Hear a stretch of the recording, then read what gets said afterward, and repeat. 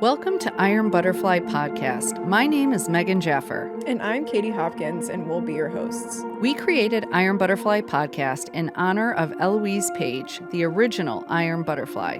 Our podcast continues her legacy, inviting the unsung heroines of the United States intelligence community to share their stories with aspiring leaders like you. On today's episode of the Iron Butterfly Podcast, we are joined by Andrea Wallis Aven. She has dedicated much of her life to genealogical and historical research and tracing the stories of her Wallis and Stewart ancestors. Her work has uncovered a remarkable lineage of veterans, men and women who served across generations.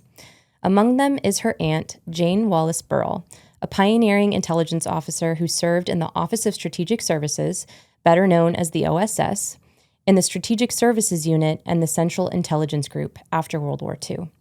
Jane's remarkable life was cut short on January 6, 1948, when she died in a plane crash just months after the CIA's official formation.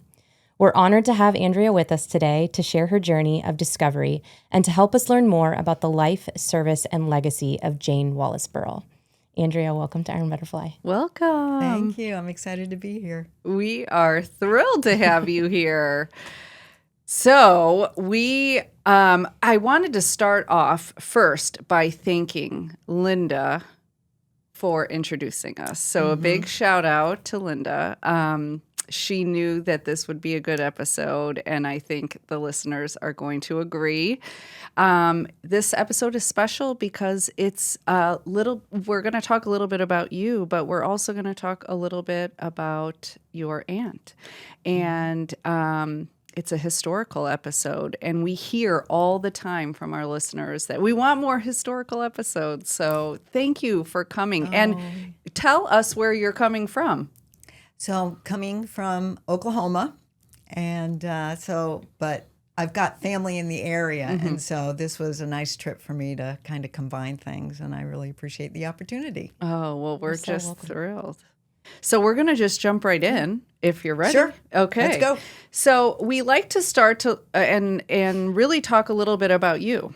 So kind of where you come from, where you grew up, and then kind of take us into how you found out about your aunt. And, you know, most people would find out something cool about their family member and leave it at that. But you just dove in and wanted to learn more. So take us through that journey. So growing up, I was always interested in family stories, and I turned that fondness for listening to those stories from my parents, from my grandmother, from my aunt on my dad's side. And I dove into genealogy as I got older and started way before Ancestry.com. And just found I really enjoyed making those connections. And it was great for the names, the dates, the places, but it was the stories that really hooked me. And I found that people appreciated, in my family, they appreciated knowing that I enjoyed those stories along with the information. And so they started sending me things. You know, if it's old, if it's yellow, if it's wrinkled, not people, mind you, but send it to Andrea. She'll figure out what it is, right?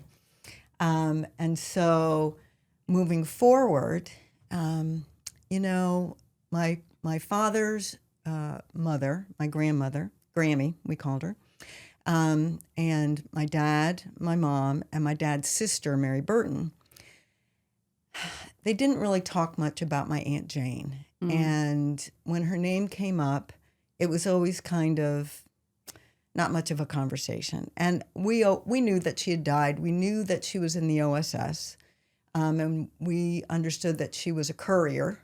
She was stationed at the American Embassy in Paris. But because of the tragedy of her plane crash, you know, growing up, we just knew that it wasn't something to talk about because it was still quite painful. So I dug into, as I got older, got married, you know, I've got 4 sons, and going on 6 grandchildren. Oh, wow. Yeah. And so I would research other parts of the family and, you know, share information and one thing and another. And I always had Jane kind of in the background because I wasn't really sure where to go with that. And the OSS personnel files hadn't been released until I think it was 2008 by the National Archives. And so when they did get released, I beamed in on that. And I got her personnel file, and it was 80 pages long. I was still working, and I was an assistant principal at a high school. And I was really busy. Yes. So I'm looking at these documents, and they've got all kinds of names and initials and anagrams and, all that kind of thing. And I have absolutely no idea what they meant. So I put it aside. Right. And I thought, when I've got more time, I'll get to it. Well, I met my second husband. We re-met, and actually, that's a whole Facebook story. We dated in college, and I said, "You're too wild for me." So I said, "I'll see you." And so we married and had our own kids and our divorces, and then he saw me on Facebook. Oh my And gosh, so anyway, that's long amazing. story, yeah. But moved to Oklahoma, where he is, and I retired, and then found myself with the opportunity and the time to really start digging into Jane.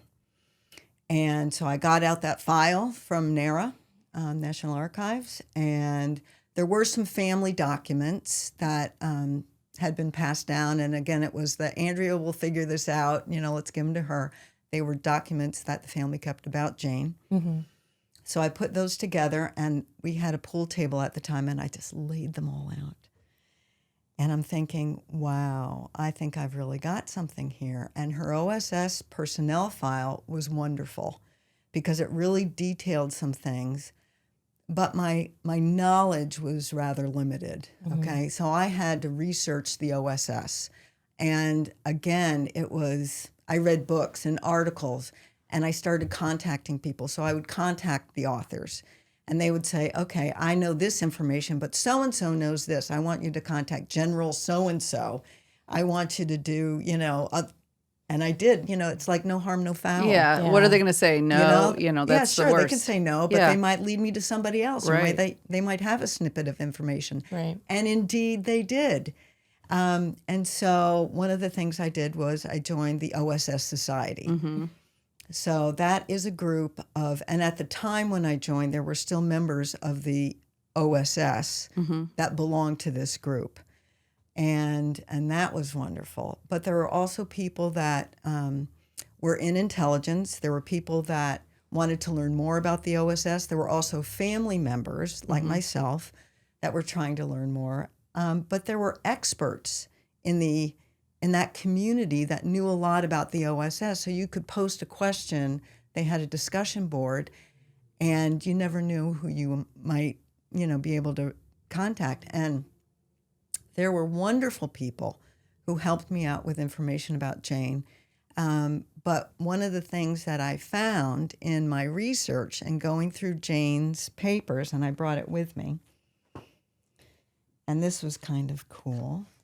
And it's a letter from 1934, and it's in the old style German. Oh, Wow. And it says to the Reichsführer, and it's signed, that is Himmler, and it is signed from Heydrich.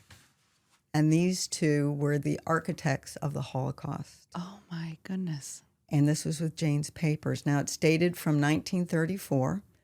I couldn't read old style German. Yeah. And as I'm at the pool table reading these documents, and my husband's, off in the living room, and I said, "Hey, Bill, do you read German?" He speaks and reads fluent French, so I thought maybe he had that in his arsenal. He said, "No, but what do you have?" He came over and he starts looking at it, and he said, "Do you know what you have?" And I said, "Well, no, not really." He said, "Do you see Heydrich's name at the bottom?" He said, "And I think that's Himmler." Wow. And so I went on a journey to try to get this translated. Yeah. So I reached out to Charles Pink, who's been the president of the OSS Society. Yep. I said, "Is there anyone anyone at all that you might be able to show this to translate it?" And he said, "I think I do. Send it to me, scan and send it to me." And so I did. And there's a gentleman by the name of Ambassador Hugh Montgomery. And Mr. Montgomery, he was 91 years old at the time. He was in the OSS, and he was also in the CIA. He had a 63-year history with the CIA. Mm-hmm. Wow. And he was wonderful. He translated the letter, and he said, and you know that Himmler saw it and read it because of the HH that's up here in the blue pencil. Oh, my goodness. And so basically what it says is, he said it's, and I'm paraphrasing, it's a suck-up letter where Heydrich is saying, oh, you're wonderful. Happy New Year. But we will thwart those enemy elements without losing strength. And in 1934, of course, those enemy elements would have been anyone that was offensive to Hitler. And, anybody that was essentially, and later on would have been a victim of war, would have been the Allies, certainly would have been the Jews. It's just, and while this is a wonderful historical document, it also gives me the creeps. Yeah. And so I know that there is, in the works, Museum of National Intelligence that is being organized and founded by the OSS Society. And so that's one of the documents that I was looking at donating. Okay, so oh my gosh, Yeah. we have to breathe, take a pause because I want to go back and I have a few questions and then we'll go forward. So so my first question was, how did you know that the archives were going to release all of her papers? Did you kind of put a request in and say if these are ever released, I would like them, or how did that work? So I've done other research with the National Archives, and so I looked for updates, and because I heard rumblings from other researchers that they might be released, around this time, kind of deal. And so I think I stayed pretty much dialed in to those releases, and so I was just so excited, of course, to be able to find out. And mind you, they don't charge you until after they know how many pages, and they send you a bill, and it was like 80 cents a page or something like that. And I had 80 pages of documents. Oh, worth it, totally worth it. Yeah. But that's how I got her file. I was thrilled. And then my second question is, so at the time when you have all the papers and you finally are at the point where you're like, okay, I'm going to dig in, is your dad still alive? Is your grandparents still alive? Because I know this was so sensitive, like they didn't really talk about her, and now you have everything and you're ready to dive in. Did they know you were? No, they were not alive. But fortunately, hindsight being 20/20, in that I have another document. And so, let me back up a little bit. So going through Jane's personnel file, trying to decode these things took quite a bit of time, and I was very, very fortunate to be able to find the resources that I did to help me do that. And I did a lot of reading, and I asked a lot of questions, and I felt really pretty comfortable after a time with her service and her history and what happened to Jane. Yeah. And that story of Jane is really what I want to focus on, because she was an amazing, amazing woman, especially because the OSS was really a male-dominated society. 100%. And back in the 40s, Yeah. it was very, for lack of a better word, macho. Yeah. And, even William Donovan, who headed the OSS, is quoted as saying that women were the apron strings of the OSS. And so, but that was the mindset back then, right? But there were some women who rose above being a clerk or a secretary or a typist or a librarian, and Jane was one. And so it was really unfortunate that neither my father nor my grandmother was still alive, or my aunt, my dad's other sister. But I do have some documents that they saved, and one was a letter I'm getting a little bit ahead of myself. But one was a letter that was written to my father because my grandfather was alive at the time, and a lot of the information went to him because Jane had named him as, the executor of her will and, one thing and another. But I think my father handled a lot of the post-death arrangements. And there is a letter there that is from Philip Horton. And it references the conversation that he had with my father and, what happened with Jane's ashes and that there was a service for her at the American Cathedral in Paris. And it's signed Philip Horton. And I'm thinking, who is Philip Horton? Who is this guy? It was not on any letterhead. Yeah. There was no title after his name. It was just A name. Yeah. Plain stationery. And I really had to dig in and to find out who is this Philip Horton. And I found him. And Philip Horton was the very first CIA station chief in Paris. And he was only the station chief for a couple of months. He would have been the station chief when Jane was in Paris. And so he had gone home by the time Jane had died, and for the post-death, things. And so he had written the letter from Washington, D.C. And so I found him, and that a copy of that letter was in my FOIA request to get Jane's personnel file from the CIA. And I think that's the one that kind of put it over the top. Yeah. Okay, so I kind of like this because it's a cliffhanger because we left off on the German letter, but I wanted to get back. I wanted some of those questions answered. So why was that specific letter in her file? You're talking about the Himmler and Heydrich letter. And I have a few other things. That one is it's called a mother's medal. I had a number of those actually. That would be another item to donate to the museum. But it's a silver medal with a swastika on it, and it's got a blue and white ribbon around it. And those were given to German mothers that had certain number of children. So you got the silver one if it was like, I'm trying to remember the number, like more than 4 but less than 6. You got a bronze one if it was like 6 to 8, and it was a gold one if you had more than that kind of deal. Yeah, so they were identifying children that could join the ranks potentially at some time, of the Nazi campaign. And so I think what happened was how she came upon these is so when at the end of the war, she was stationed in Munich, and her last OSS station had been in Wiesbaden, but she was also in Munich with X2.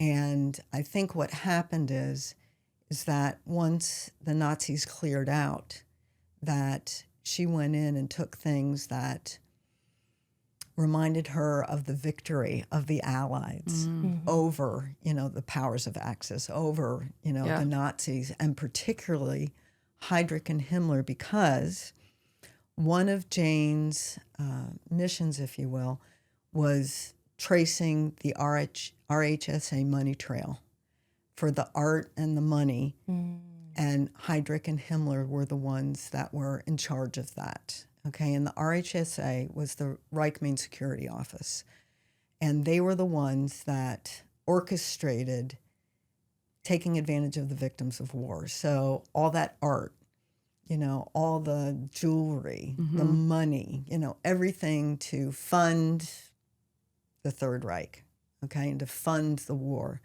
And so she and a man named Charles Michaelis, he was captain, and he was with the 6th Army Group. So the X2 was tied to an army group, okay, and that's where Charles Michaelis was.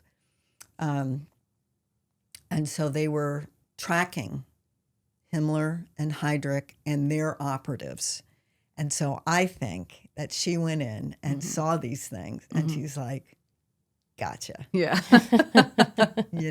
Yeah. And so she would have gone home at the end of the war. So after the war, she was stationed in D.C. when she was with the SSU. And so she would have gone home because her home was in Scarsdale, New York, which is in Westchester County.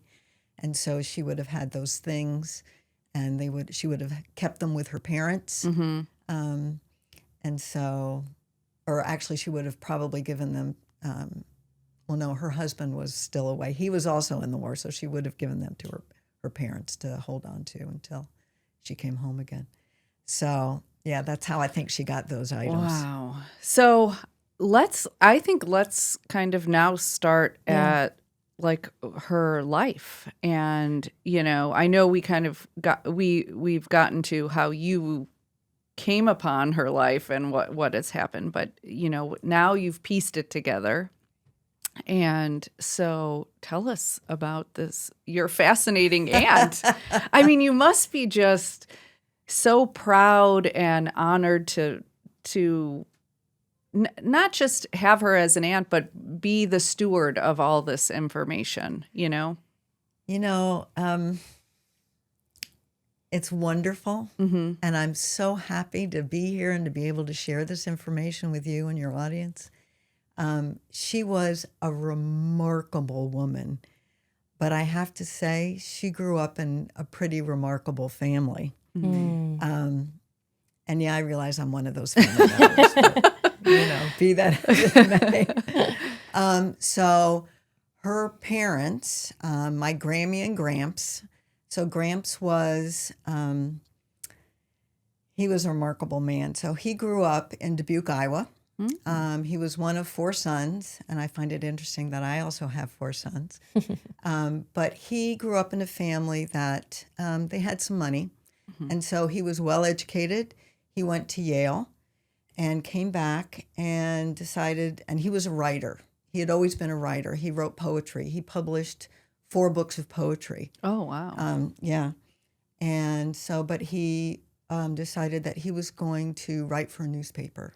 Worked his way up, became an editor, and decided he wanted to own a newspaper. And so he bought a newspaper. He was the editor-in-chief. And then he got into politics. He was dabbling in politics.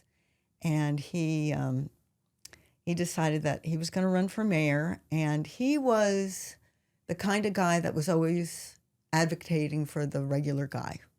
And the established administration and the mayor that was running, he was the incumbent, was looking out for himself. And I've got newspaper articles and, the whole deal, where it was the mayoral contest of the century, kind of deal. And here was James Harold Wallis. They called him Harold. And here was this other guy. And it didn't work out for poor Harold, And what happened, though, is that the establishment decided that they were going to pull their advertising from his newspaper. Oh, my goodness. So his funding was cut, and he just was without a job. So he started looking around, obviously, and he went to school with a gentleman by the name of Herbert Hoover. And so Hoover hired him. And so Herbert Hoover was the Secretary of Commerce in Washington, D.C.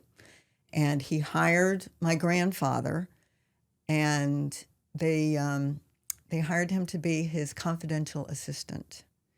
So he did a lot for Hoover. In fact, he developed what's known as the Daily Briefing. And so, which is now known as the President's Daily Briefing, because it got carried over. And I learned that little tidbit of information from Hoover's Presidential Library. Wow. And so that was very cool. So they stayed in Washington for a while, and my grandfather decided that he really wasn't as fond of Hoover's politics. So he decided he was going to move, and they moved to New York. And they ended up in Scarsdale in Westchester County. And he still had that love of writing. And he would write newspaper articles still. He started writing novels. mystery novels. Oh, fun. He ended up writing 11 mystery Oh novels my that got gosh. published. Yep, E.P. Dutton was his main publisher, and 2 of them got made into movies. Oh, wow. And one of them was called The Woman in the Window, and that was released in 1945, and that was the first film noir Wow. of that genre. Yeah, that's you can so still find cool. it on, late at night, so that was fun. And we grew up knowing that. Yeah.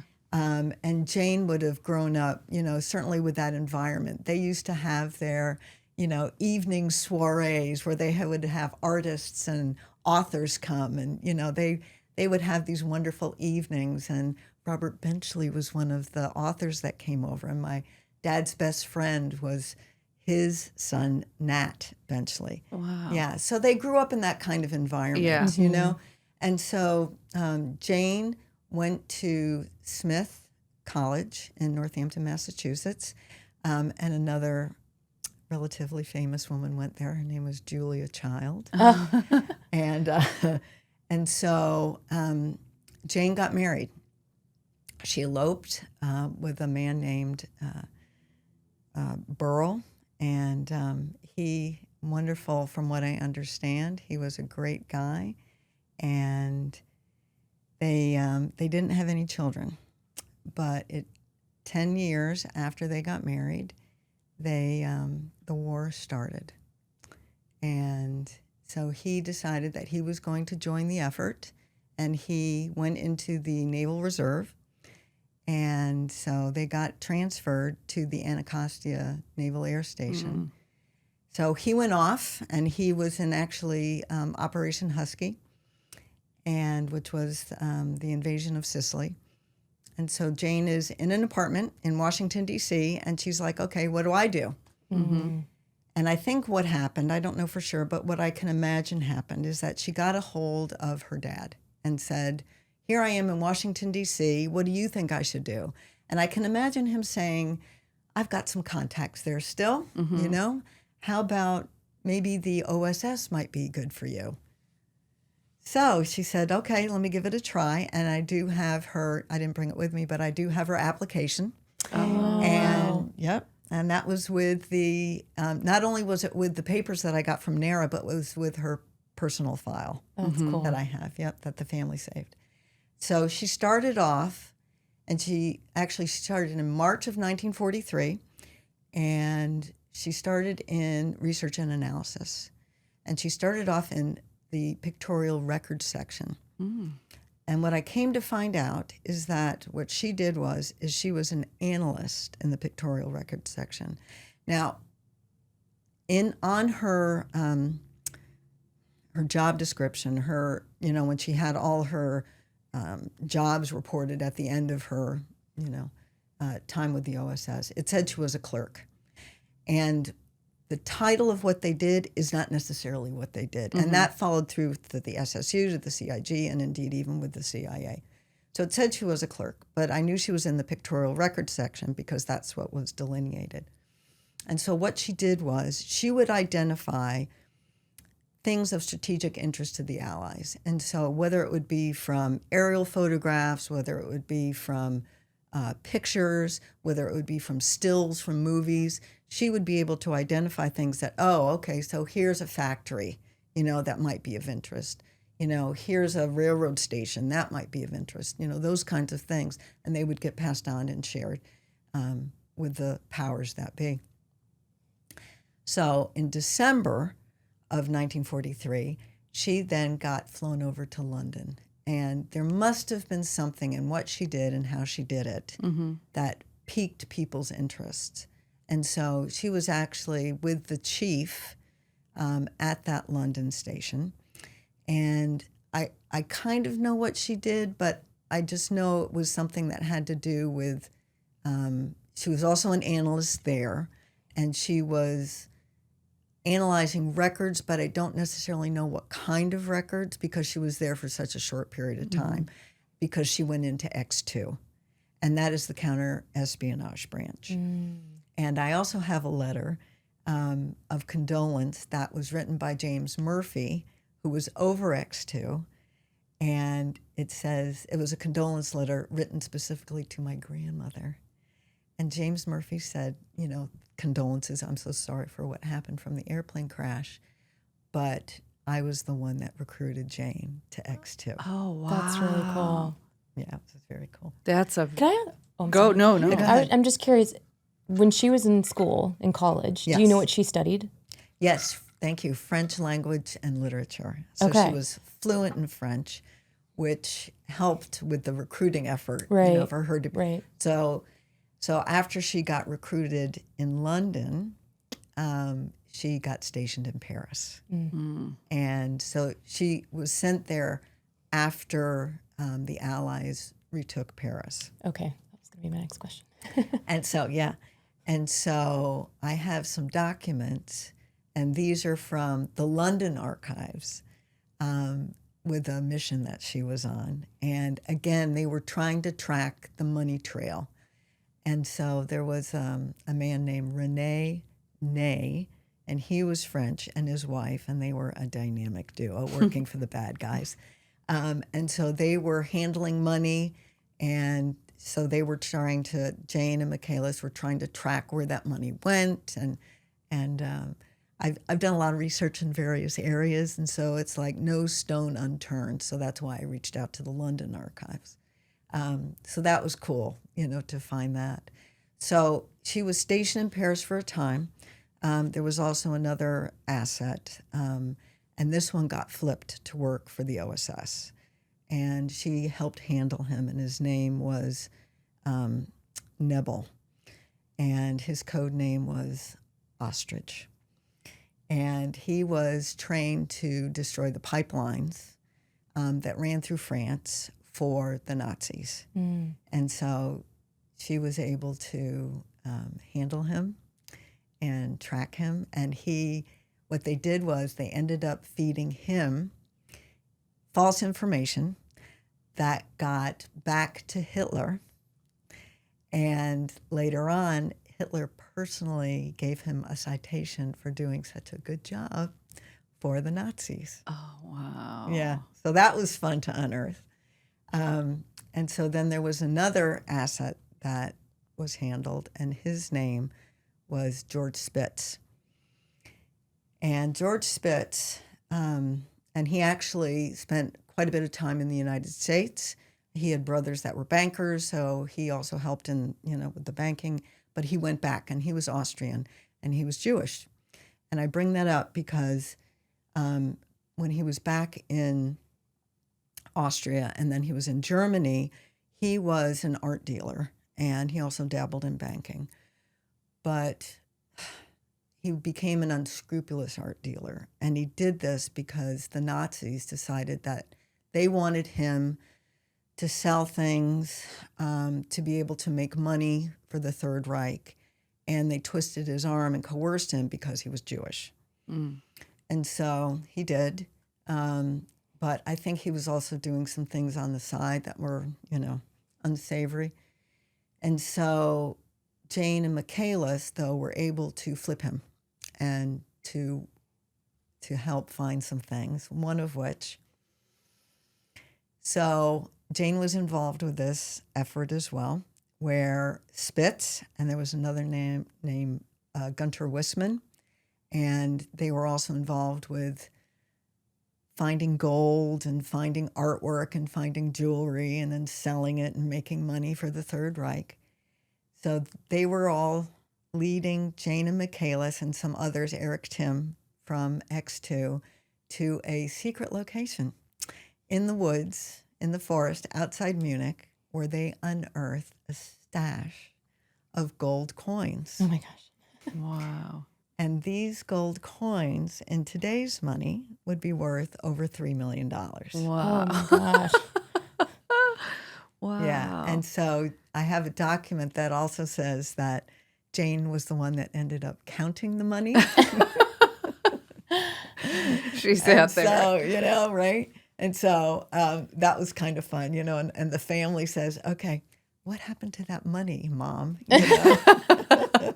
So obviously that went back into our war effort and not to the Third Reich. Yeah. And so that was fun to uncover. So, so after the war, so this was in 1945, okay, and this was right after. This was in July of 1945. So there were still a lot of things going on, particularly around Munich. There were still members of the Third Reich, people that had been turned. There was a lot of activity going on. And so Jane and Michaelis were trying to hunt things down and hunt people down and try to figure out, if there were any threats that were still out there, because by now the Allies were in the area and they were trying to oversee that transition. And so Jane, I know she had contact with what's now known as the Monuments Men, primarily because of Spitz and because of the artwork, that there was still some little funny business that was kind of going on. And so, but that didn't get formalized until she was back in the United States. So she went back in November of 1945, and she was stationed in Washington, D.C. She was again an analyst, and she was writing reports of international interest and significance. In fact, she wrote a report about the Grand Mufti, who was an Arab leader that had strong Nazi sympathies. And it was interesting because I found that report that was cited in a 2000 article by a guy that was writing for, I think it was the psychiatry. It was a psychiatry journal, and trying to analyze different, people that, and what was their interest in personalities, back then, and why did they have that, that kind of interest. And so, but it was fun because her research on this Grand Mufti was cited in the 2007 article, which shows you, that even 60, 70 years ahead of time, her work is still of interest. Yeah. And her life now, of course, is still of interest. So she was working in Washington, D.C. She was an analyst. And then she was with the SSU, the Strategic Services Unit. And she got transferred to Paris. And so she was stationed at the American Embassy in Paris, which is where the SSU was. Mm-hmm. And she was still tracking down people. And after the war, the shift then became working with members of the French Secret Service, making liaisons, trying to get information about who was out there. But also there was a shift, because now the communist interest was coming in, right? Mm-hmm. And so they were starting to track people that could have a negative influence in Europe. And Jane would have been a part of that. So she was working with contacts and still trying to do the artwork thing, but still, tracing interest in the communist presence.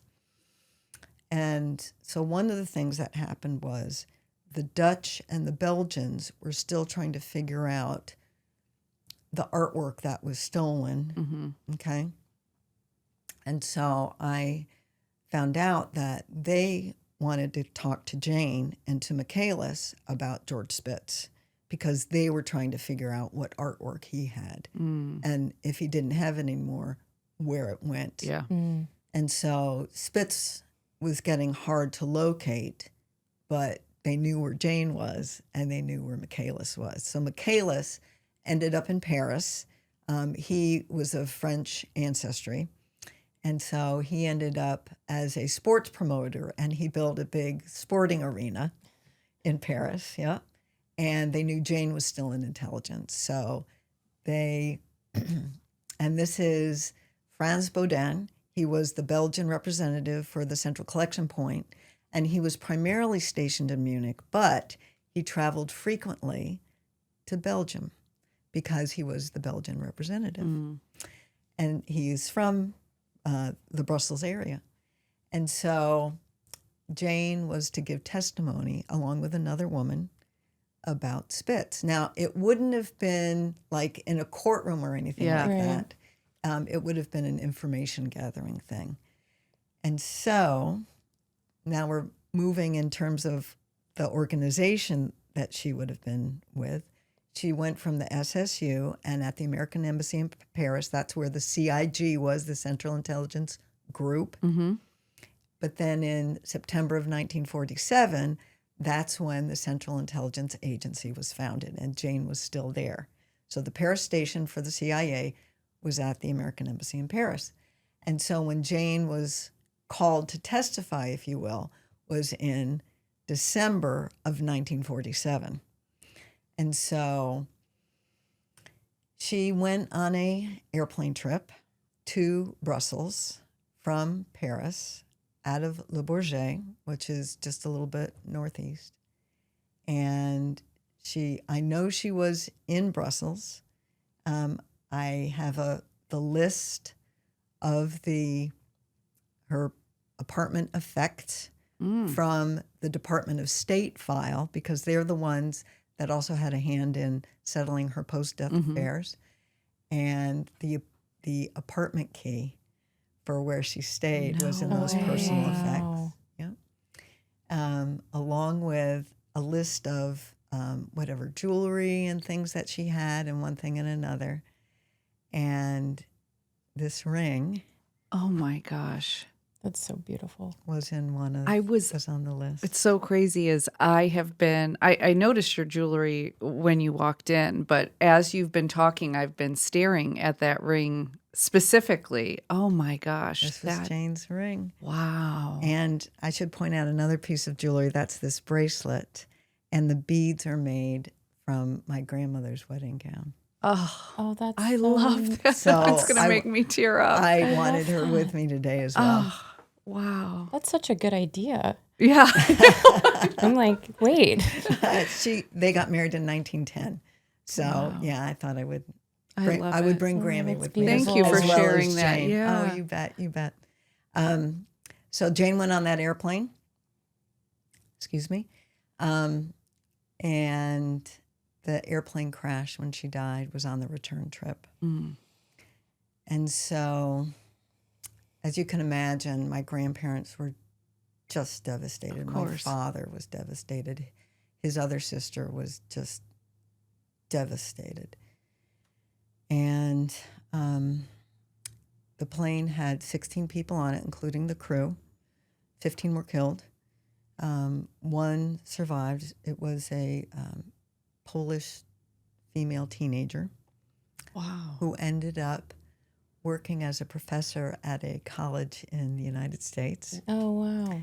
And she died right before I started doing this research. Oh, God. Yeah, I had a lot of those oh my gosh moments. If I'd started even, 3 years earlier, I would have been able to meet a lot of people. But I did meet the woman who took the inventory of Jane's apartment for the CIA. Oh, wow. Yeah, she was in a nursing home. That was very cool. That was very cool. She didn't remember as much as I would have I was going to say, did she? Yeah. Well, how much did she remember? But still, Yeah, I it was mean, very just cool. even if she remembered nothing, like meeting her, knowing that she was in Well, your she aunt's. remembered Jane. She was able to confirm that Jane was in the CIA. This is before I got the personal, yes, her cover is lifted. I can tell you she was with the CIA. Yeah, so that right. in itself was very cool. Yeah. So Wow. the family was just, as you can imagine, was just absolutely devastated. And so growing up, we always assumed that was why nobody in the family would talk about it. Yeah. But no, it was because she was in the CIA. Yeah. Which I knew my father knew about it, which meant my mother knew about it, which meant my grandmother and his other sister knew about it from the letter that I read from Philip Horton to my father. Yeah. So the family would have known, but I'm sure they felt I'm sure they were told. Yeah. You can't say anything, you Right. know. So I got the crash investigation report from the French Aviation Authority. It was in their national archives because I was looking, of course, to see if it had been an act of terror. Yeah. To see if anything was going on, because I'm thinking, should she get a star on the CIA Memorial Wall, right? Mm. And so the crash investigation report was very interesting. It showed that there was something hinky going on with the altimeter. There was also something funny going on with the communications. But there was also an intern, if you will, that was trying to learn the ropes. And so that they felt like probably had an impact.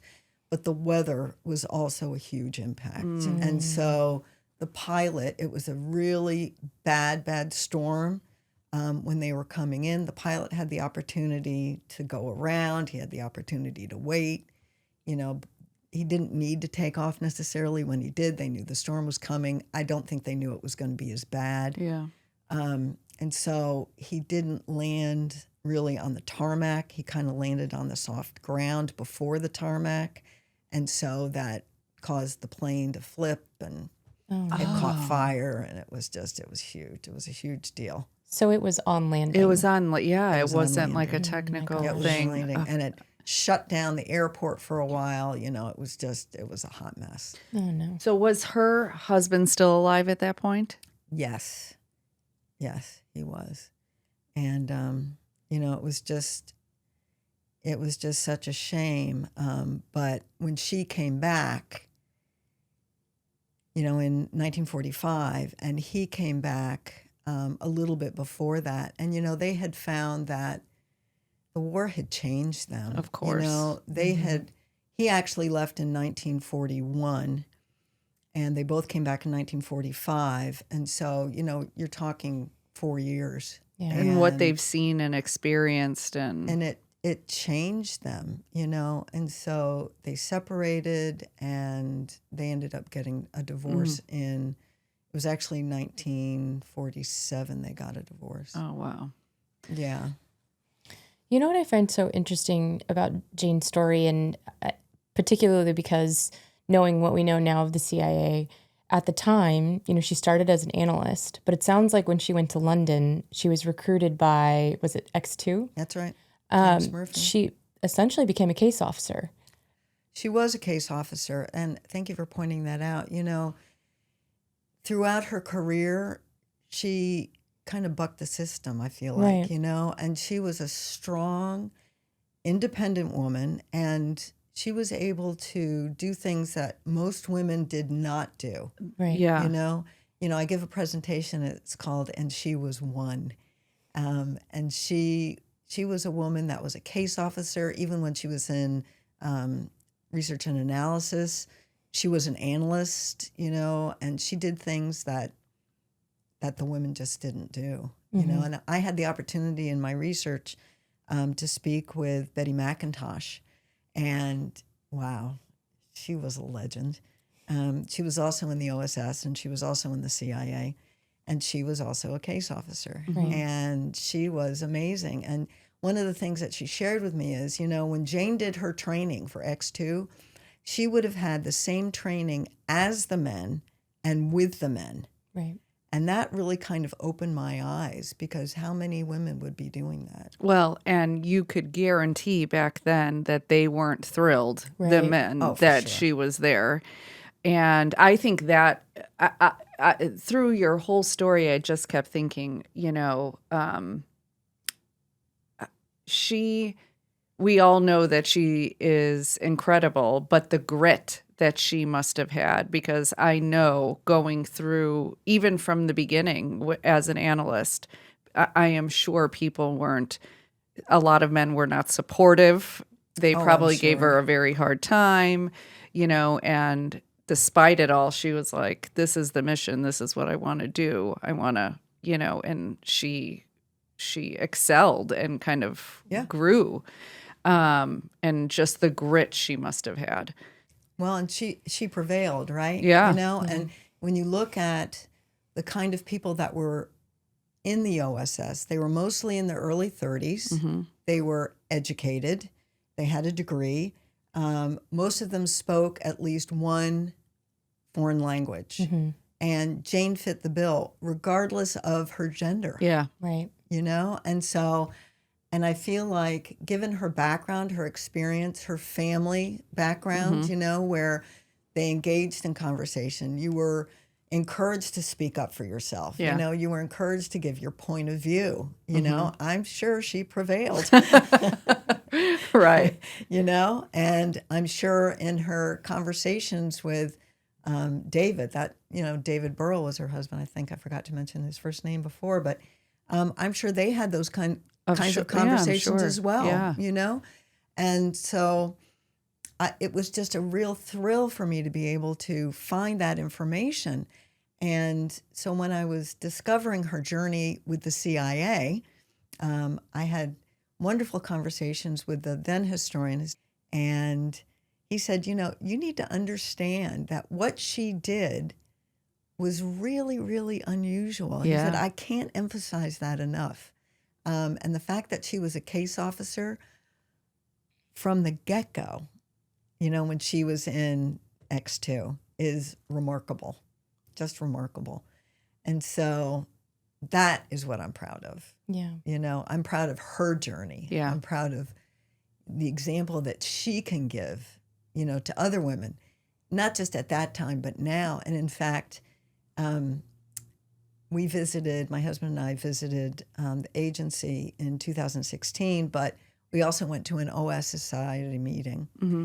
And there were a lot of people there. And Charles Pink, who was the president, was conducting the meeting.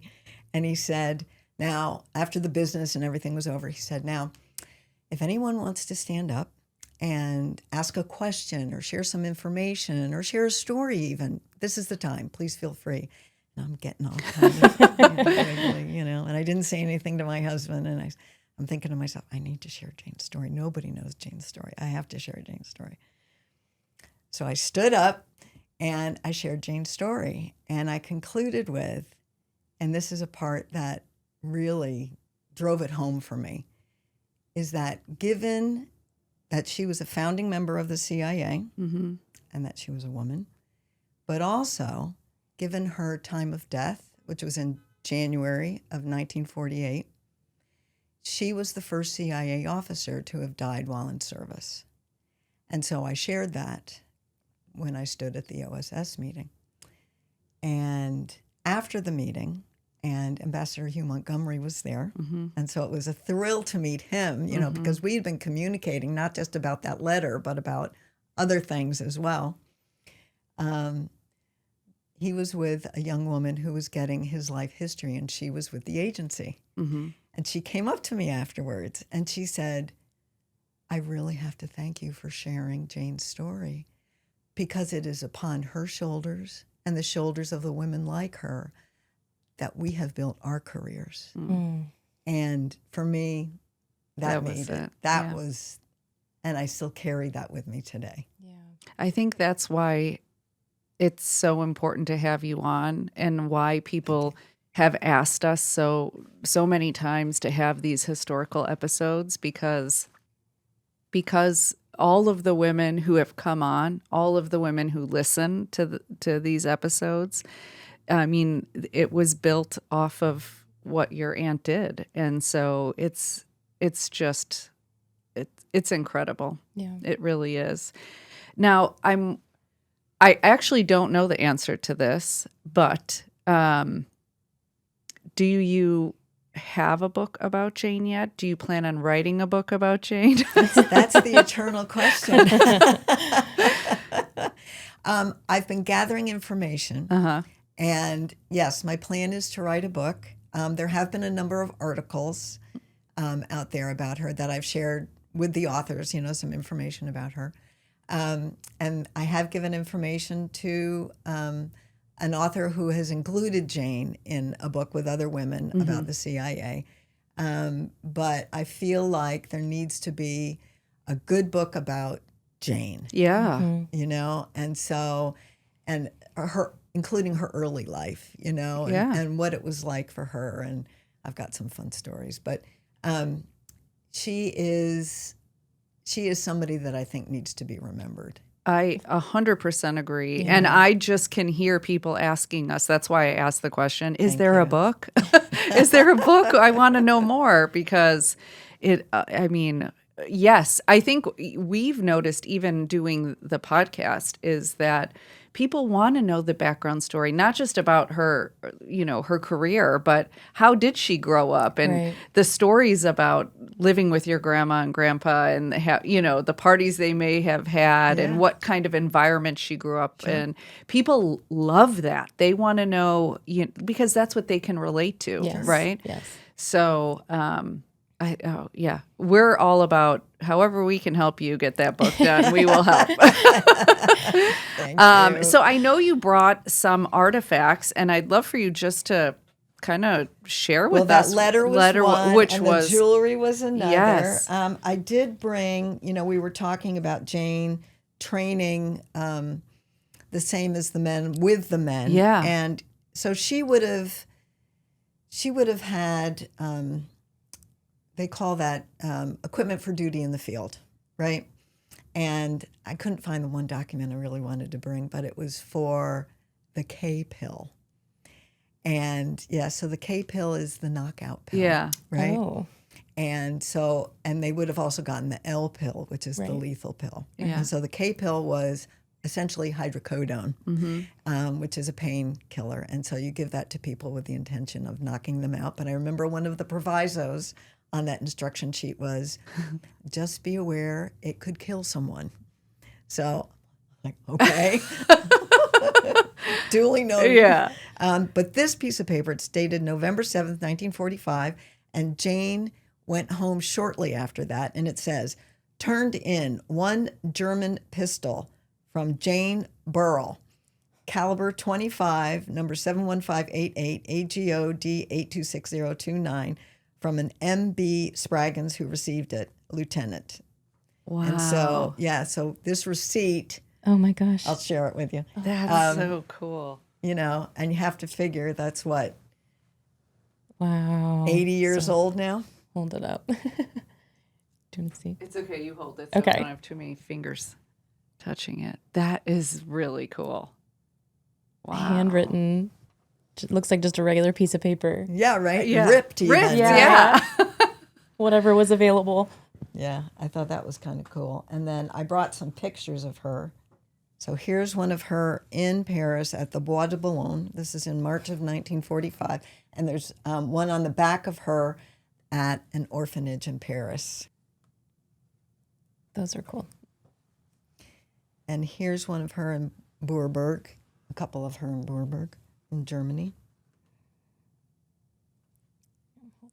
These are great pictures. Oh, I love this one. Isn't that great? Yeah, It's I very love this one. spy looking. Yeah. You know, I she's- like that she's by a tree. Yeah. She's holding a cigarette. Like Right. she's just, wow. And here's two more. So this is when she's in London. So here's one at the Guards Memorial, and then the one on the back is with her sister. So that's my other aunt, Mary Burton. And Mary Burton was in the American Red Cross, and she was stationed in England, Honiton and Heath. And she was at a hospital there, and then she got transferred to France. But they met up a couple of times. And I've got some letters, and that's another thing I need to make into a book, is Mary Burton's letters home. Oh, wow. And so she writes of meeting up with Jane, and she writes of the first night when Mary Burton was in London was the mini blitz Oh. in 1944, and she stayed at Jane's apartment, and what it was like, and just, welcome to London. So, yeah, that was incredible. So, what was Jane in the birth order? She was the oldest. The oldest. Oh, okay. she was. Okay. I was wondering that too throughout. Yeah. So then what was her sister and your father? So my dad was second. Okay. And he was also in the war. He was a captain in the Army Air Forces. Oh, wow. So he was a trained glider pilot. And then they phased out the glider pilot program. So then he became an air traffic controller. And he was stationed down in Natal, Brazil at the Panamerican station, which was known as the trampoline to victory because of, I know, isn't that funny? Because of its strategic location to Africa, but also to North America. And every 3 minutes, there was a plane that was either landing or taking off. Mind you, this was before any of the tech that we have now. It was all by sight. So, yeah. And my father said that's when he learned to smoke cigarettes. That makes sense. Oh, that's funny. I'm sure that's true even for today. Yeah. It's, that job is very stressful. Go ahead. Yeah, so I wanted to ask, because you brought up that technically Jane is considered the first casualty for the CIA, but she does not have a star on the wall. Is that correct? That's correct. So could you tell us a little bit more about why? Sure, absolutely. And in fact, it was discussed yesterday when my family and I went to the CIA on a visit.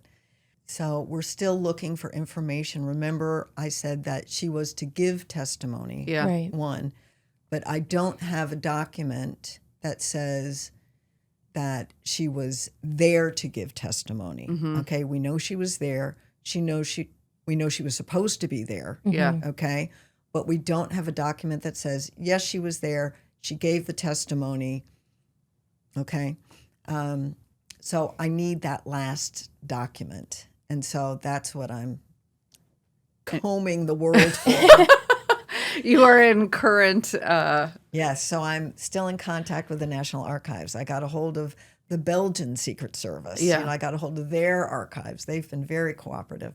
But I can't find what I'm looking for. I think it's going to be with the collection that's at the National Archives. It's the Ardelia Hall collection, which deals primarily with the monuments men. And so I'm pretty sure that's where I'm going to find it. I just have to dig a little bit deeper. Yeah. Oh my gosh. Well, you have to keep us updated. Absolutely. Oh my goodness. We Yeah. have to know. Well, and Linda was wonderful too, Linda Weisgold, and she's been promoting Jane's cause as well. Let's get a star on the Well, CIA. so Linda is a friend of Iron Butterfly. She is an Iron Butterfly herself. Yes. And she always is kind of looking out for us. And I remember sitting with her, I think we were at breakfast. It could have been lunch, but I remember exactly where we were when she told us about you. And she said, would you be interested in this? And we were like, yes, please introduce us. So again, a big thanks to Linda for making the introduction. I think you had. Did you have another question? No, I was curious about that. I mean, for some of our listeners maybe who don't understand what the CIA Memorial Wall is, what it's meant to commemorate and why it would be important to have her on there. So right when you walk in to the CIA and there are marble floors and walls, on the right-hand side is the CIA Memorial Wall, and there's 140 stars carved into the wall that commemorate a CIA officer who has lost his or her life in the line of duty. And so it's kind of been a goal of mine to be able to prove that Jane deserves a star on the wall. One of the things, and the criteria has been tweaked a little bit along the way. So there are some stars there that were not technically in the line of service. And so my hope is that Jane could be grandfathered in or grandmothered in, as it were, right? And so I'm still looking, right, to find that last piece of information. So I feel like you will. I can feel it. I hope so. Well, even to just understand like that puzzle piece of her story. Yeah. To have that information. Absolutely. I feel like. Because I know in my heart, and I know from the documents I have, that she did indeed go to Brussels, to give that information. The pieces are all lined up. It's just somebody somewhere has that information, right? And I've even contacted, the families of CIA officers who have since died that worked with Jane. To say, hey, did they leave any papers behind? Yeah. Or, anything like that. Well, the part of the fun part, I guess, with that is that some of them didn't know that their family members were in the CIA. And you're like, surprise! Sent them on their own journey. Yeah, for sure. Oh, wow. Okay, so well, before we get to our kind of last and final question, I'm wondering, when I know you go and you speak on you speak about Jane, and you've written articles and you've come on this podcast and told her story so beautifully, but if there were a few things you want people to take away from her life, or what you've learned about her life, what would you say those would be? I think she was a strong, intelligent, caring, funny woman. I met with her husband's niece, Mm-hmm. and she loved Jane. Jane was somebody she looked up to. Oh. Jane, she remembers a Christmas present, a red coat that Jane bought for her. And in fact, she went to Smith College and she studied abroad in France because of Jane. Oh, wow. She had that in her head. And I neglected to mention, but there's a scholarship that the family founded in Jane's name at Smith University because Jane studied abroad in France. Mm. And that scholarship is now for students that want to study abroad Wow. in France. Oh, That's amazing. awesome. And it's still ongoing. Oh, that's so cool. I love that. Yeah. And so her legacy continues in that way as Yes. well, right? Yeah. Yes, our family is very proud of her and very proud of what she accomplished. But I think it's a story for all women, Mm-hmm. and I think it's something that, you do your best, you try hard, you do the things that may be hard to do, Mm-hmm. And given the environment that Jane lived and worked in, she did it, by golly, She was awesome. She was an iron butterfly. She was. Yes, she she was. she was You know? 100%. So our last question, as you know, is we like to ask the code name of our guest. So if you had to choose a code name, what would it be and why? But I'm going to tweak it a little bit and say, if you have a code name, we'd love to have it. But if you would like to give Jane a code name or knew of a code name of her, we would love that too. So I'll have you take it where you would like to go with it. So Jane's code name is something I've struggled with, particularly since the code name Badassy was already taken. But Sable is the name I've chosen for Jane because it implies elegance, confidence, intelligence, and strength, along with a sense of fierceness, mystery, and danger. I think Jane would have liked that code name. Well, we cannot thank you enough. This was a beautiful episode, a beautiful tribute to your aunt and your family, quite frankly. And thank you so much for, just sharing her story and sharing your story, being willing to come on and share very personal, artifacts with us. We do not take it for granted. I hope you know that. And I know it's going to mean a lot to our audience. I just am very excited for them to hear this story. You. And I've shared Jane's story with my family. My sons are like, "Is there more information?" And then when I shared them about the podcast, they're like, "Oh, Mom, that is so cool." And I have a 15-year-old granddaughter, Gracie, and she has been dialed in on this as well. So her birthday's today, actually. Oh, my Oh, God. happy birthday, Gracie. Happy Yeah. birthday. Yes. Yeah. So everybody's really excited about this. Oh, I love well, that. we're excited too. And thank you again. Yeah, And thank you My so pleasure. much. Thank you for having me on. all right. Thanks for joining us for this special episode of the Iron Butterfly podcast. If you haven't already, be sure to follow us on social media for bonus content and the latest updates. If you enjoyed today's episode, please take a second to rate, review, and subscribe. Before you go, Andrea's got some well-deserved thank yous to share. Stay fierce, and we'll talk next time. I would like to express my deep gratitude to all the researchers, authors, experts, historians, and agencies for their guidance and support. Uncovering Jane's story would have been impossible without their specialized knowledge, resources, suggestions, referrals, and handholding of this newbie researcher to the world of American intelligence. With special thanks to the Burrell family, but most especially to my husband, Bill, my sisters and their families, my sons and their families, and my friends, too. Everyone has rooted for Jane since day one, and I am most grateful. And with great thanks to Megan, Amanda, and Katie of Iron Butterfly, such smart and kind women who established an awesome platform for sharing the stories of women in American intelligence. And if you have not yet seen it, please take a look at the CIA's webpage about Jane, which is posted in the show's podcast notes, or you can search for it under the title, The Mystery of Jane Wallis Burrell.